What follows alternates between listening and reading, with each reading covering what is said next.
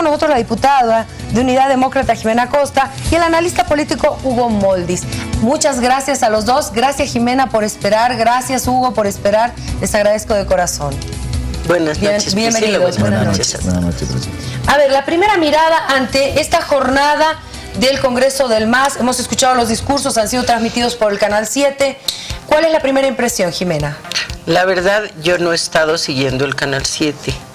No necesitamos hacer un seguimiento para saber un poco el propósito de este Congreso, que es tomar una determinación de desconocer la decisión del 21 de febrero y desconocer el mandato constitucional, buscando, como dijo ayer el vicepresidente, él decía al menos 8 puertas, yo digo algunas ventanas, porque la puerta grande, que es la del voto ciudadano de manera constitucional, se la ha cerrado el pueblo boliviano a Evo Morales y Álvaro García el 21 de febrero.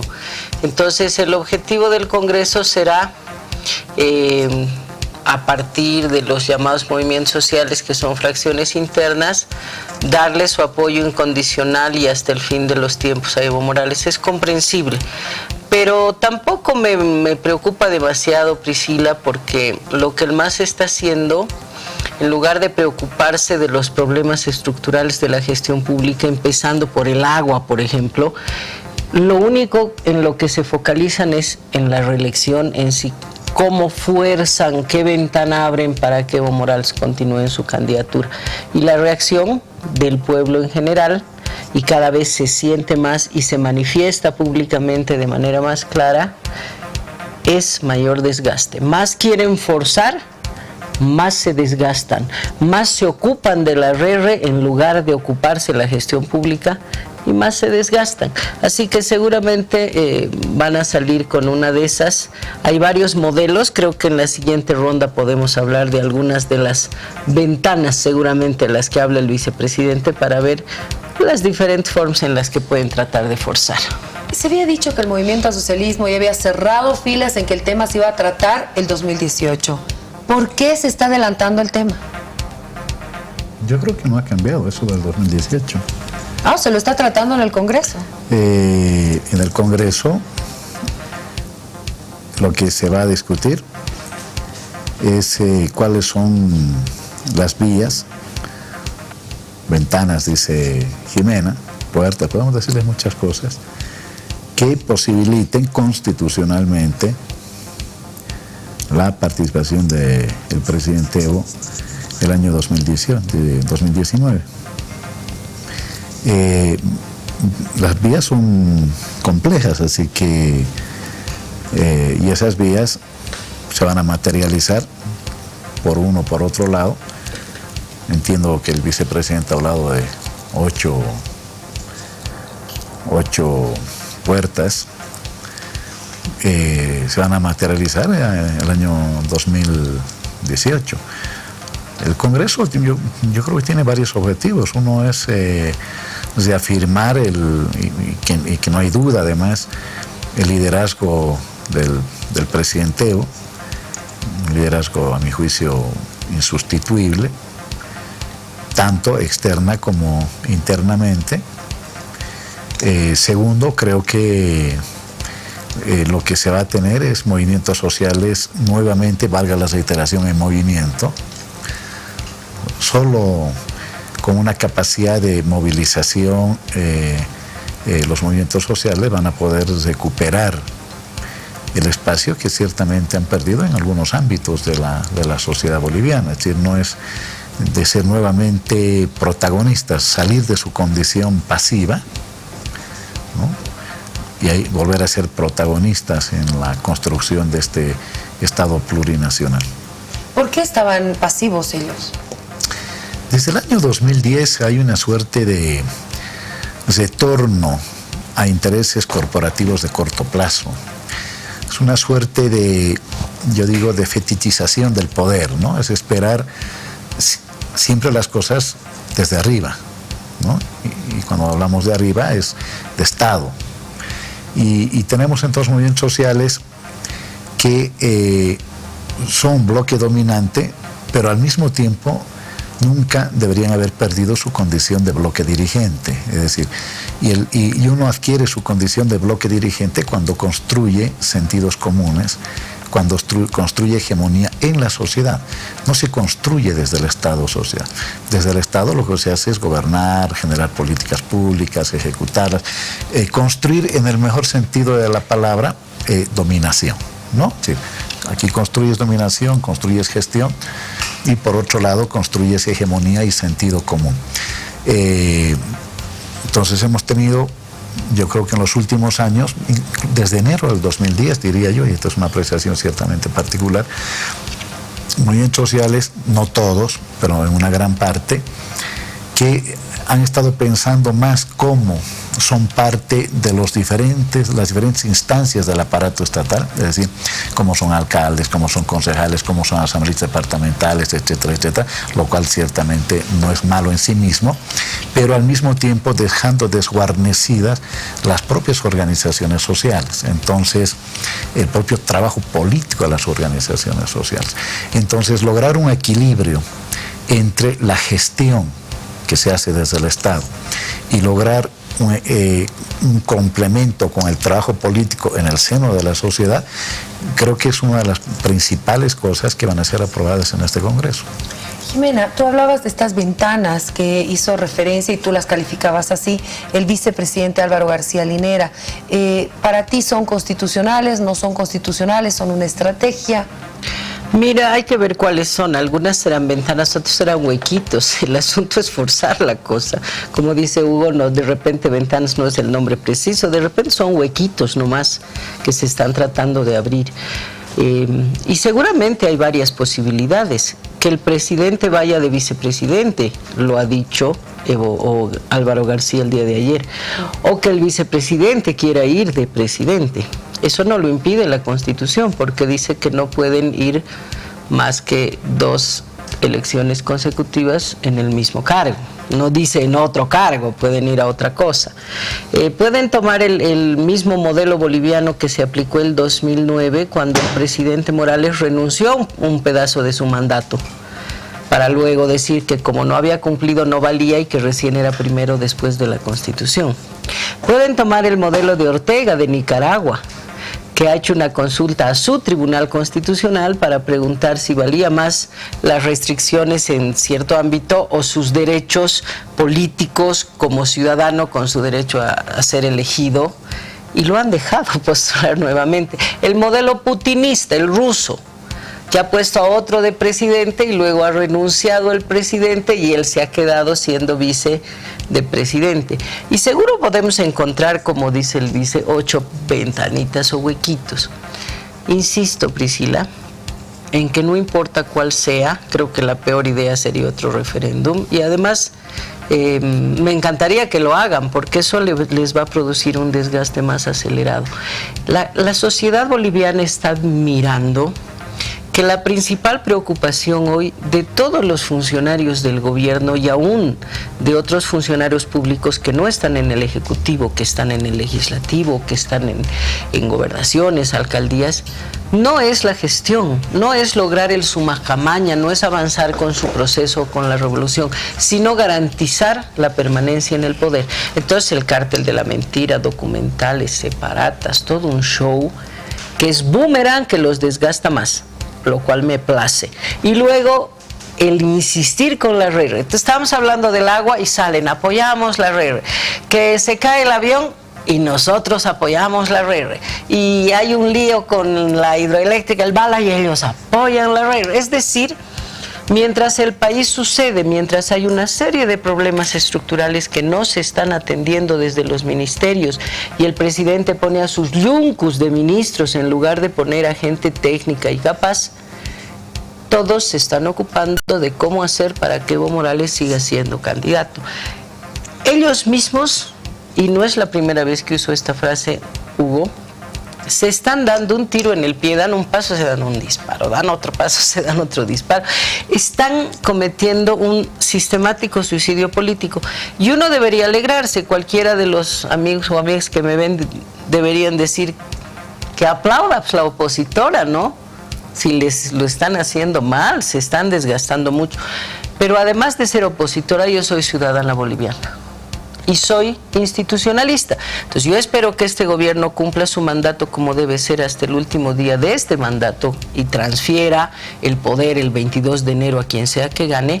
Y también me preocupa que todavía no tenemos una claridad respecto a lo que va a pasar en la oposición. Entonces es muy mala idea que se desgasten tan rápido y creo que no lo van a poder evitar porque han perdido la brújula y han dejado claro que lo único que les importa es la es el poder, no es el cambio, no es la justicia social, no son los indígenas ni la Pachamama. Lo que les importa es reproducir el poder para seguir disfrutando de él. ¿Es así? Es la visión que tiene Jimena, la respeto. Lo mismo ha dicho antes del 21 de febrero o el año pasado, en fin. Hay un proyecto que ha tenido obstáculos, ha tenido traspiés, pero que también ha tenido grandes logros. Y eso es lo que no ve la oposición. Hay el tema del agua, el presidente ha dado una explicación. Me parece poco, no sé si es poco ético o poco justo, o más bien nada justo, el atribuirle al gobierno el accidente aéreo, ¿no? Aquí había una empresa privada de unos señores que han privilegiado su condición de empresarios a incluso su condición de pilotos, ¿no? Que han jugado hasta con su propia vida con tal de ganar unos centavos más. Bueno, pero eso tiene una investigación de tráfico de influencias. Hay una investigación. Que esa empresa, ¿no?, funcione. Hay una investigación. Y como hay áreas, varias ya han habido en el oriente, las avionetas, etcétera, etcétera. Así me parece, hacer política con eso, la verdad, no me parece correcto. Pero bueno, asumamos de que hay una cuota de responsabilidad en esos campos.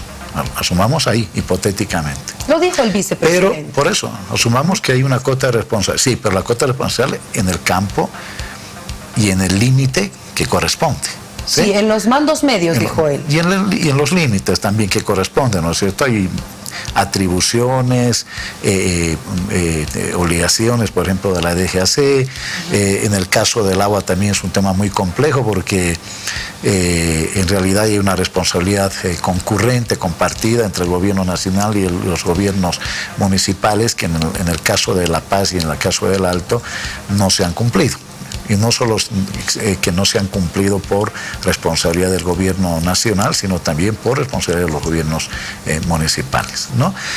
Pero bueno, a fin de año, bueno, ya faltan pocos días para fin de año, el país volverá a ratificar su primer lugar en el país, en Sudamérica, como el país que más ha crecido, el país que distribuye.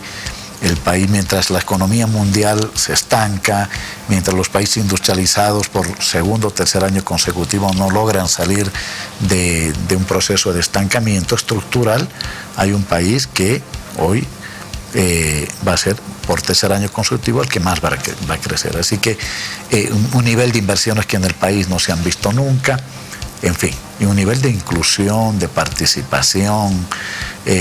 Yo creo que el estereotipo de afirmar de que el gobierno no toma en cuenta a los profesionales, tengo la sensación que es una actitud absolutamente descalificadora, que no toma en cuenta la realidad. Porque no quiere decir que los profesionales solamente hay en la oposición, ¿verdad? Porque no quiero leer eso. Es decir, hay excelentes profesionales que están hoy en el gobierno del presidente.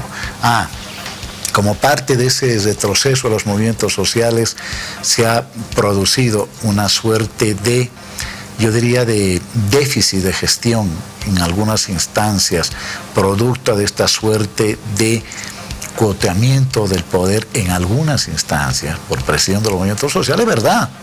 Es decir, no se puede decirle a la gente que eso no está ocurriendo.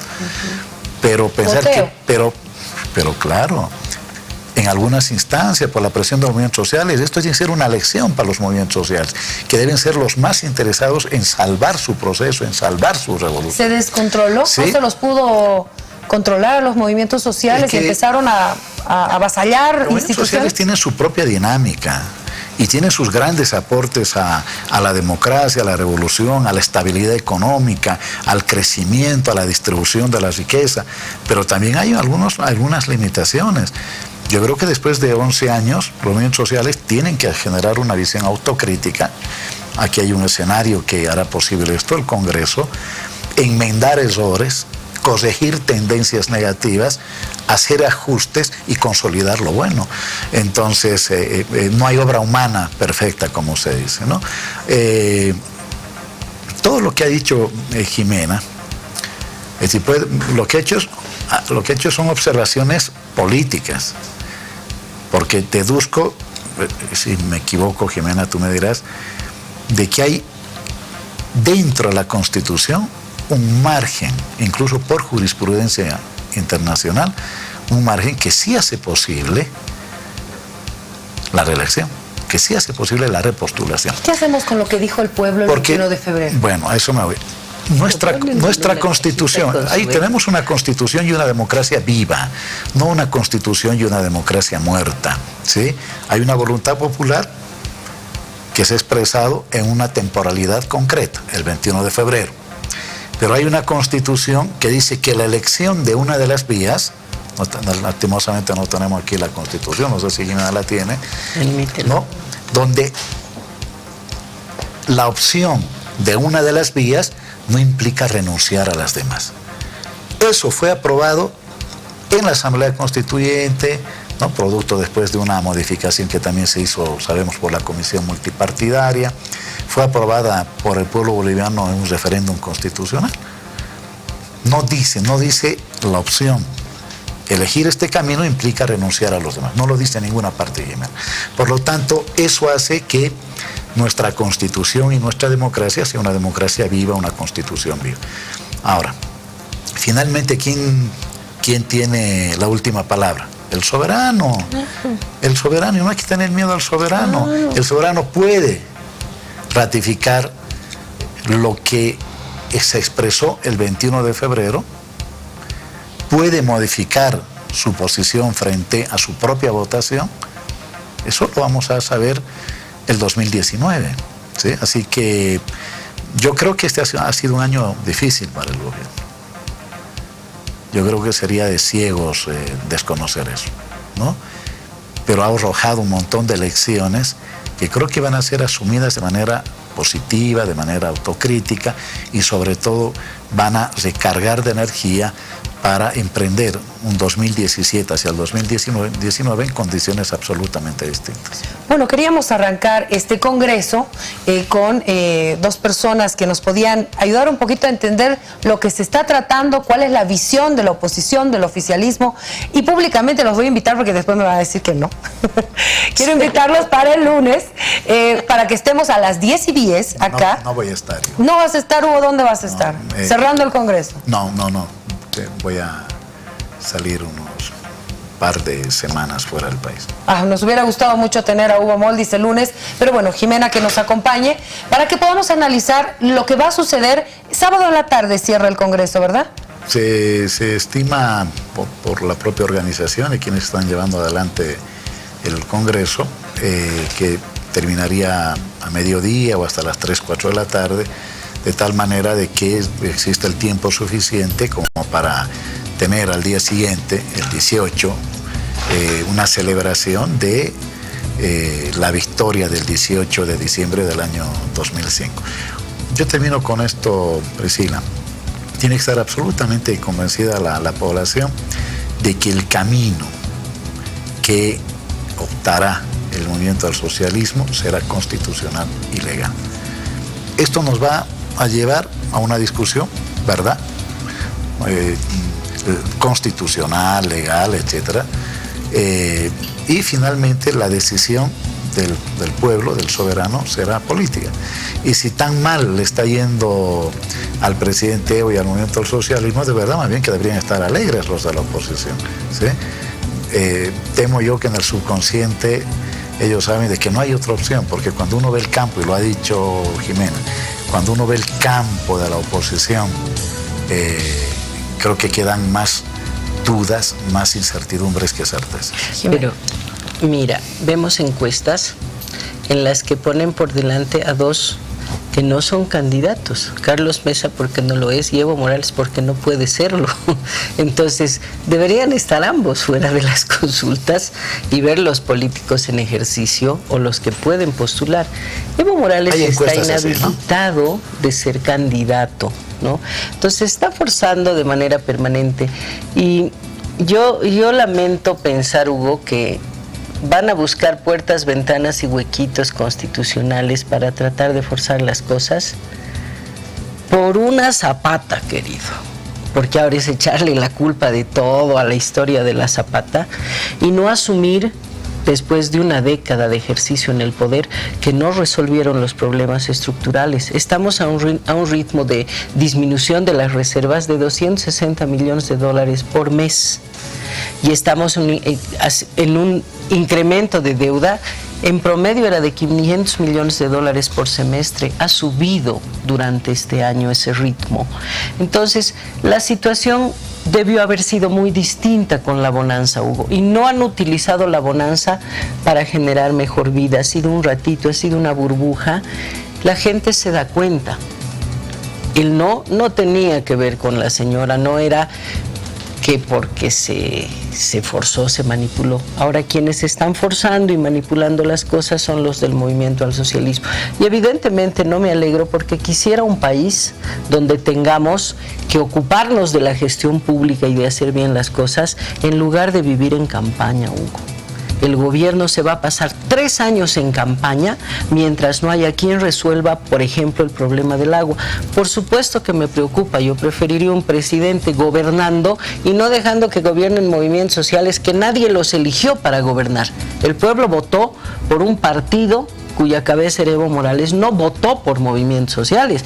Entonces resulta que no hay gobierno, resulta que hay un desgobierno total si dejamos la decisión en movimientos que actúan de manera corporativa y que adicionalmente han estado tan tranquilos, no creo por las razones que Lugo dice, sino porque recibían recursos del Fondo Indígena, del Programa de Apoyo a la Seguridad Alimentaria, de Mi Agua, del Banco de Desarrollo Productivo, a través de la Comibol, etcétera.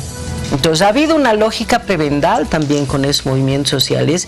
Terminada la bonanza se está acabando esa lógica y por supuesto que cambia el escenario. Lo que ha pasado con los mineros, Hugo, es otro síntoma muy claro.